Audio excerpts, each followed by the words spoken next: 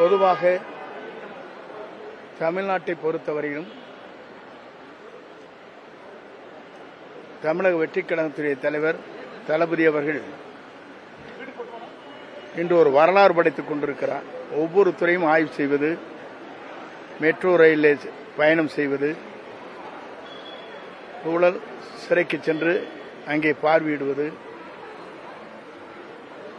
எந்தெந்த பகுதியில் north monsoon வருகிறதோ அதையெல்லாம் பார்வையிடுவது, அதே சென்னைக்கு கடநீர் குடிநீராக்குகின்ற இடத்தை பார்வையிடுவது, இதுபோன்ற பல்வேறு பணிகளை வரலாற்றில் இல்லாத அளவிற்கு அவர் சென்று நேரடியாக பார்த்து தெரிந்து அந்த பணிகளை மேற்கொண்டு வருகிறார்கள். அவருடைய உள்ளத்தில் இருப்பது ஒன்றே ஒன்றுதான், தமிழ்நாட்டு மக்களை சிறந்த ஆட்சியை தந்து தமிழகம் மேலும் இந்தியாவிற்கே வழிகாட்டியாக உருவாக வேண்டும் என்பதுதான் நம்முடைய நோக்கம். இன்று நேபாளில் நடைபெற்றிருக்கிற நிகழ்ச்சி எல்லோருடைய உள்ளங்கள் மட்டுமல்ல உலகத்தையே குலுக்கி இருக்கிறது. அந்த துயர சம்பவத்திலே எல்லோரும் இடம்பெற்றிருக்கிறார்கள். நம்முடைய தமிழக வெற்றிக் கழகத்துடைய தலைவர் தளபதி அவர்கள் இதற்காகவே முன்னெச்சரிக்கை நடவடிக்கையின் மூலமாக ஒவ்வொரு நிமிடங்களும் என்ன நடைபெற்றுக் கொண்டிருக்கிறது என்ற செய்தியை சேகரித்துக் கொண்டிருக்கிறார்கள். டெல்லிக்கு 4 அமைச்சரை அனுப்பி நம்முடைய தமிழர்களுடைய வருகையை அங்கே இந்திய அரசோடு இணைந்து என்ன நடவடிக்கை மேற்கொள்ளப்பட்டிருக்கிறது என்பதை அறிந்து அவருக்கு தகவல் கொடுத்துக் கொண்டிருக்கிறார்கள்.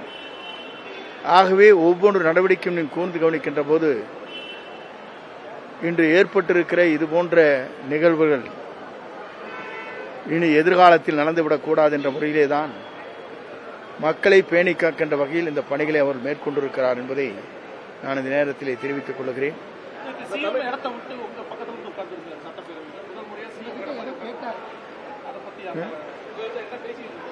அதெல்லாம் சொல்ல ஏனுங்க, எங்கிட்ட என்ன பேசுறேன்னு சொல்லாமா முறையா இருக்குமா?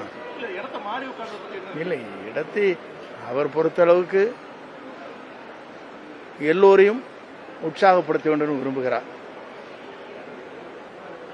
ஒரு சுருக்கமாக சொல்ல போனால், ஒரு முதலமைச்சர் இந்த அளவிற்கு நடந்து கொண்டிருக்கிறார் என்ற நிலை மாறி அந்த மாற்றத்தை எல்லோரும் உற்சாகத்தோடு இந்த பணிகளை ஆற்ற வேண்டும் நோக்கத்தோடு தான் எல்லோரும் அருகிலும் வந்து அமர்ந்து அந்த பணிகளை அன்றைக்கு நேற்றைய தினம் 1 மணி நேரம் இருந்தார். சட்டமன்றம் கிராமமன்றமாக மாறிட்டு இருக்கு அப்படின்ற மாதிரி அண்ணாமலை ஒரு கருத்து சொல்லியிருக்காரு. ஒவ்வொருத்தருடைய கருத்துக்கெல்லாம் நான் பதில் சொன்னால் அதுக்கு திருப்பி ஒரு கருத்து வரும். அது தேவையற்ற ஒன்று. எங்களை பொறுத்தவரை மக்கள் நலன் காக்கின்ற வகையில் இந்த அரசு அந்த பணிகளை மேற்கொண்டு வருகிறது. குறிப்பாக எங்களுடைய நோக்கம் இந்த தமிழகம் வளர்வதற்கு, தமிழ்நாட்டில் இருக்கிற மக்கள் கொடுக்கப்பட்டிருக்கிற கோரிக்கையில் நிறைவேற்றுவதற்கு முனைப்பாக நின்று அந்த பணிகளை ஆற்றி வருகிறார்கள்.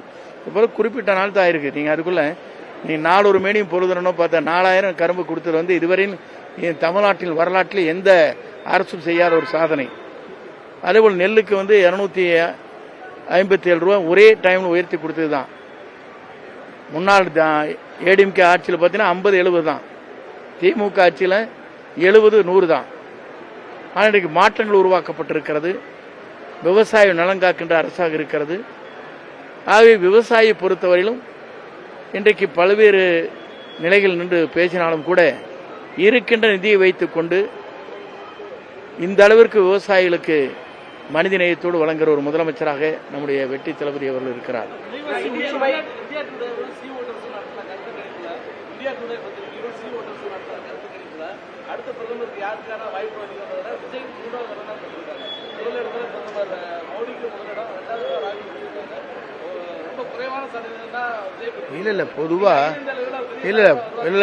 இல்ல பொதுவாக நாங்கள் கூறியிருப்பது தமிழ்நாட்டில் முதலே அவர் முதலமைச்சராக பொறுப்பேற்று அவருடைய பணிகளை பார்க்கத்தான் மக்கள் மாற்றங்கள் உருவாகும். அதனால் நேஷனல் பார்ட்டி, ஸ்டேட் பார்ட்டிங்கிறது வேறு, நேஷனல் பார்ட்டிங்கிறது வேறு. ஒரு புதுசாக உருவாக்கிய 2.5 ஆண்டு காலத்தில் ஒரு இயக்கம் வேறு, 2 மாத காலத்தில் சின்னத்தை பெற்று வெற்றி பெற்றது வரலாறு வேறு. இந்த வரலாற்றுக்கு சொந்தமே நீங்கள் இதை பார்க்கிற போதுதான் நாளை என்ன நடக்கப் போகிறது என்பது எதிர்காலம் தான் நிர்ணயிக்க தவிர இருங்க நான் என்னை பொறுத்தவரை சொன்னதெல்லாம் தேசிய அளவில் ஒரு முன்னணி தலைவராக அப்படின்னு சொன்னது காரணமே அவருடைய ஸ்கீம்ஸ், அவருடைய திட்டங்கள், அவருடைய எண்ணங்கள் ஒரு நேர்மையான ஆட்சியின் தமிழ்நாட்டில் நடத்த வேண்டும் என்பதிலே தெளிவாக இருக்கிறார். இதுவரைக்கும் யாரை சொல்ல முடியுதா? தமிழ்நாட்டை சொல்ல முடியுதுங்களா? எந்த கட்சியாவது துணிந்து சொல்லி இருக்கிறார், அதை நிறைவேற்றி கொண்டிருக்கிறார். தமிழகத்தில் நிதி பற்றாக்குறை இருக்கிற நேரத்தில்